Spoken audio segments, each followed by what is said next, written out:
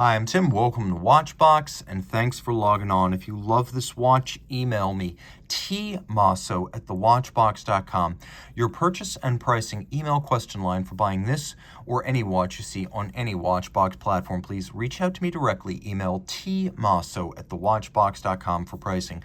The words grail and watch, grail watch, get thrown around carelessly, with abandon, without caution, without meaning. And in fact, they have lost meaning, as so often people apply the term grail watch to watches that are merely expensive or rare. But a grail should be more than that. It should have a quasi-mystical ambiance in the eye of those who seek its virtues. And that is what we have here, a watch that defies superlatives. This is the 20-piece white gold Bethune DB25 Deadbeat Seconds Tourbillon. So the watch is part of a model line launched in 2011, made in 20 pieces in white gold of extraordinary qualities, mechanical and aesthetic.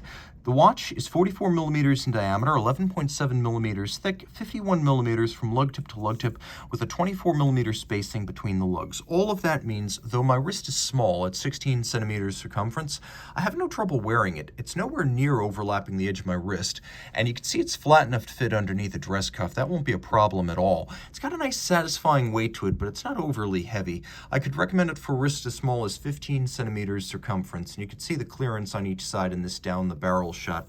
Taking a look at the strap, you can see this here is a Bethune factory strap, small round scale alligator on the bottom. We have large rectangular scale alligator leather on the top, anthracite in color, somewhere between gray and black. It's got a monotone stitch, a sheer cut side, and it's gator on both sides, precisely because that makes the strap longer lasting and more durable. More expensive, yes, but longer lasting, and this watch is worth the premium. Here we have a matching white gold Bethune branded buckle, and you can see that the case features a little vestige of the original DB1 chronograph design, these little ogival torpedo caps at the end of the lugs. The lugs are open, evacuated, and prismatic to give them an airy, light look, and then the case is all of high polish. The bezel, as you can see, is domed, giving way to a lightly cambered sapphire. We have a crown that's polished and domed outboard and then knurled and drilled on its side. The timepiece includes a dial, case, and movement made by Bethune. They make all of these major assemblies, and including many of the small parts of the movement, making them one of the smallest vertically integrated manufacturers in Swiss watchmaking. They've built about 3,000 watches since their founding in 2002, and right now the company is making about 200 to 220 watches a year. Compare that to 900 for F.P. Journe and 5,000 plus for Richard Mille, and you get a sense of just how exquisitely rare these Bethune timepieces are. When you're making every part of the watch mostly by hand, quality takes time. So we have a toroidal hour and minute track outboard, which you can see is media blasted, silvered, and then lightly engraved to place some of the features.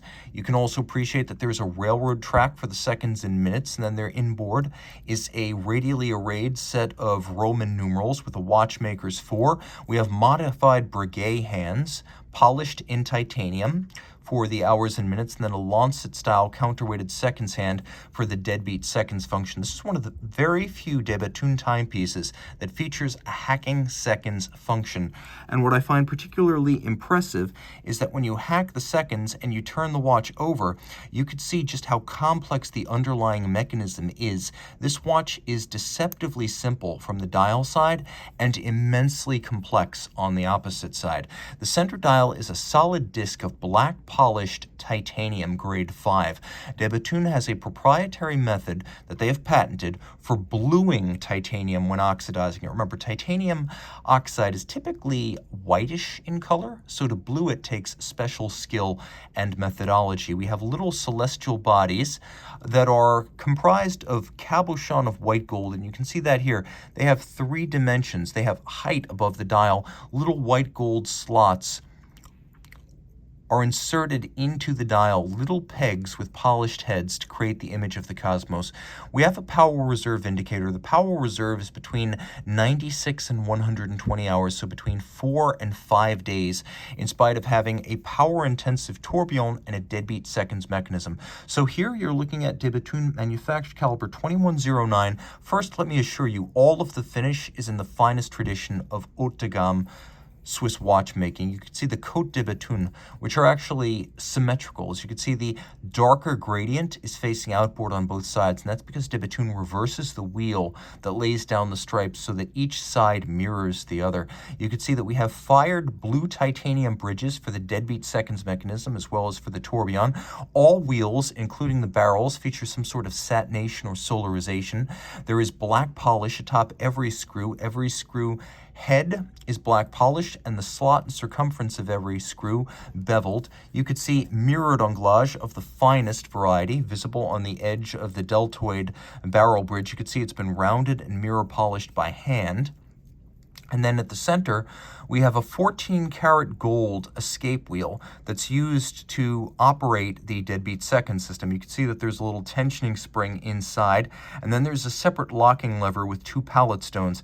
That underpins the Deadbeat Seconds system, and it's one of the reasons why I say the watch is deceptively simple from the dial side. If you look really close, you can actually see that the 14-karat wheel has been doubled and superimposed, and there is a spring between them that provides the tension to jump the seconds hand. That wheel, made of solid gold, and the one beneath it, completely hand-finished. Now, De Bethune tourbillon watches mean chronometry, not just visual theatrics.